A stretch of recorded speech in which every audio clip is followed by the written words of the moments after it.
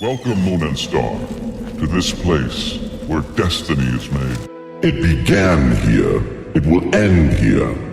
Have you any parting words, or would you prefer to skip the speeches and get to our business? You are the challenger here after all, so to you goes the courtesy of the first blow. I'm waiting. Now that you come to me here, there can be but one result. Many times I have rehearsed speeches offering to share this place with you. If you dare to defy the gods, take my hand. To seal our oath of alliance, you shall give me Wraithguard. You have ability. Special gifts you don't even understand. Serve me, and I can help you master those gifts. But I have won this place in power by right of conquest, by right of daring and enterprise. I will not risk it to cunning and deceit. I offer you no deals. If you are my enemy, I cannot trust you. And even if you are not my enemy, I cannot let you live. It will all be decided here. I believe I will prevail, but I cannot be sure, and I am vain enough that, should I fall, I would wish to be remembered in my own words. So, if you have final questions you would ask them now. I have final questions I would ask you, if you would answer. My first question is, are you really Nerevar reborn? You are bold. I honor your independence. You are one to teach the gods their limits. I hope the bards will praise the glory of your death in song. My second question is, if you win, what do you plan to do with the power from the heart? Will you make yourself a god and establish a thearchy? Or will you complete a Kulakan and dispute control of Tamriel with the Septums? Or will you share the heart with your followers, as I have, and breed a new race of divine immortals? Well, perhaps there may be surprises in store for me yet. Or perhaps you obscure your plans on principle. Or perhaps you are an instinctive bluffer. No matter. My final question is, if I had offered to let you join me, would you have surrendered Wraithguard, Sunder, and Keening to me to seal your oath? An interesting response. You might have been willing to join me, but never to surrender the tools. Very interesting. I'm glad I didn't try to bargain with you. And now, if you have any questions, ask them. Otherwise, you are the challenger. I await your first blow. What are your questions? I will free the Dunmer from the Imperial yoke and cast down the false gods of the temple. I will lead them out of their ancient superstitions and gift them with intimate knowledge of the divine. Then, perhaps, when Morrowind is once again restored to its ancient glories, it will be time to consider whether the Dunmer should cultivate ambitions of empire.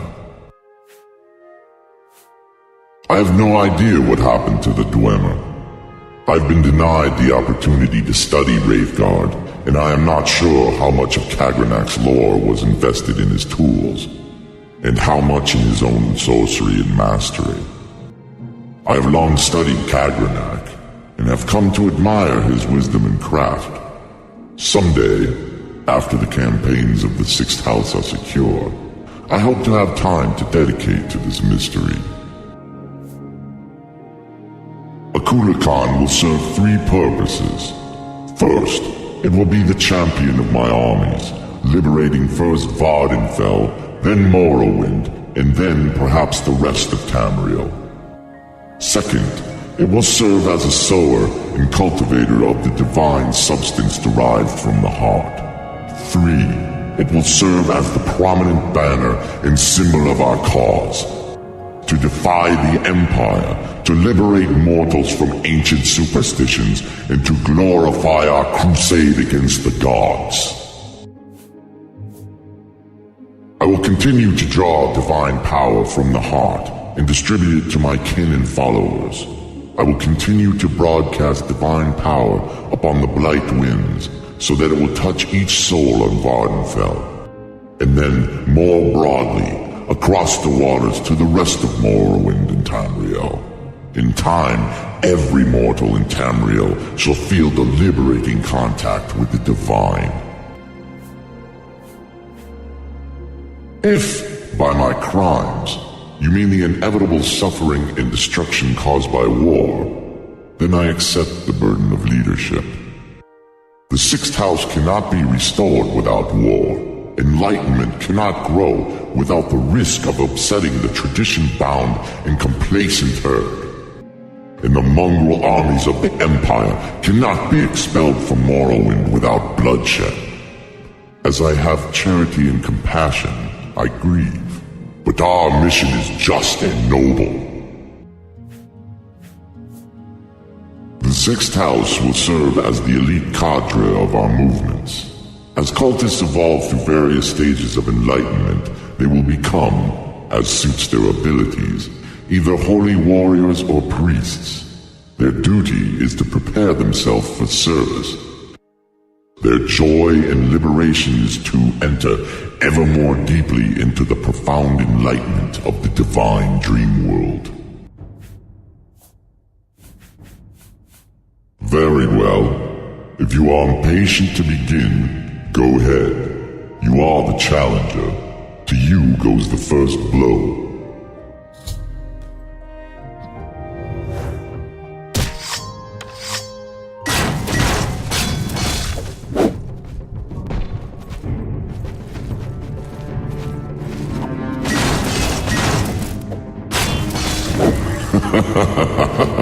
Oh dear me. Forgive me, but I am enjoying this. I won't survive any more wounds.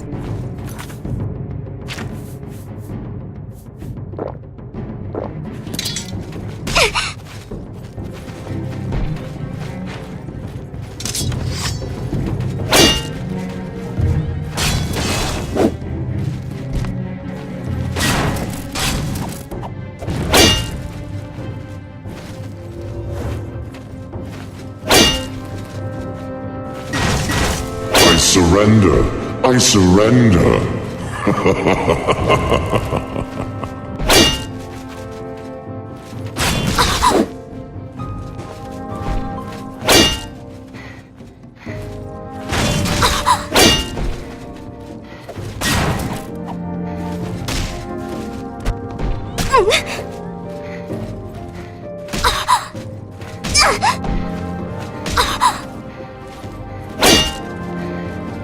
Oh, please, Nerevar, spare me.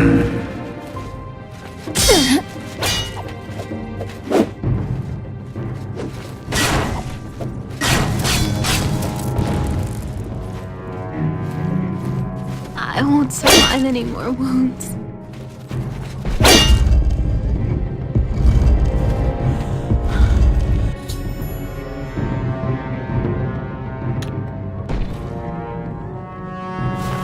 I could...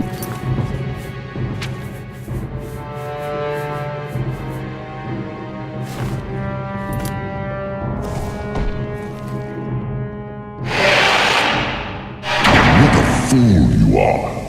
I'm a god. How can you kill a god? What a grand and intoxicating innocence. How could you be so naive? There is no escape. No recall or intervention can work in this place. Come, lay down your weapons. It is not too late for my mercy.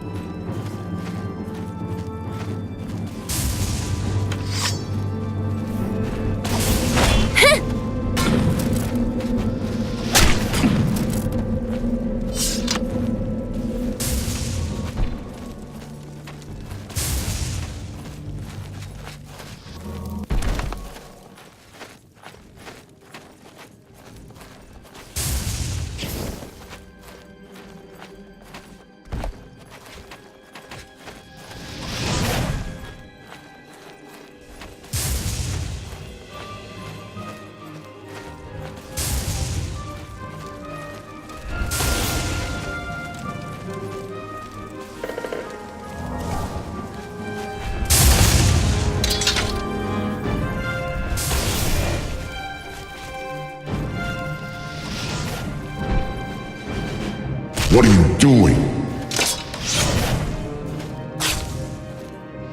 What are you doing? Stop! This is the end. The bitter, bitter end.